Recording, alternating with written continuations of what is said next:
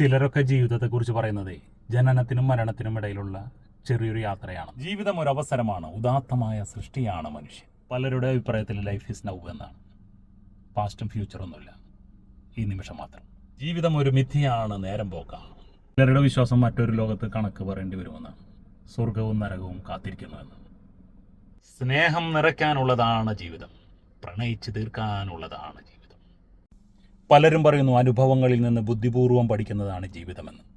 Learn intelligently from experience. ചിലർ പറയും എല്ലാം സയൻസാണ്.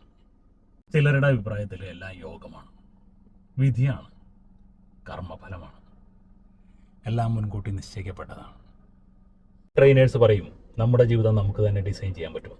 ഈ പ്രകൃതി ദുരന്തങ്ങളൊക്കെ ഉണ്ടാകുമ്പോൾ, ഒരുപാട് പേര് ഒന്നിച്ചില്ലാതാകുമ്പോൾ നമ്മുടെ ജീവിതത്തെക്കുറിച്ച് എന്ത് പറയും? മനുഷ്യനെല്ലാം മറക്കാനുള്ള കഴിവുണ്ട്. പുതിയ പുതിയ സംഭവങ്ങൾ ഉണ്ടായിക്കൊണ്ടിരിക്കും.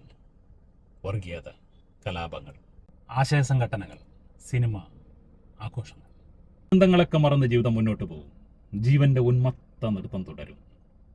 ജീനായ മറനായ ഇസ്കേ ശിവാ ജാനാ കഹാ. പുതിയ പുതിയ സംഭവങ്ങൾ ഉണ്ടായിക്കൊണ്ടിരിക്കും. അപ്പോൾ പലതും മറക്കും. ചിലർ പറയും ജീവിതം ആഘോഷിക്കാനുള്ളതാണ്. The show must go on. Yes, the show must go on. Yes, the show must go on.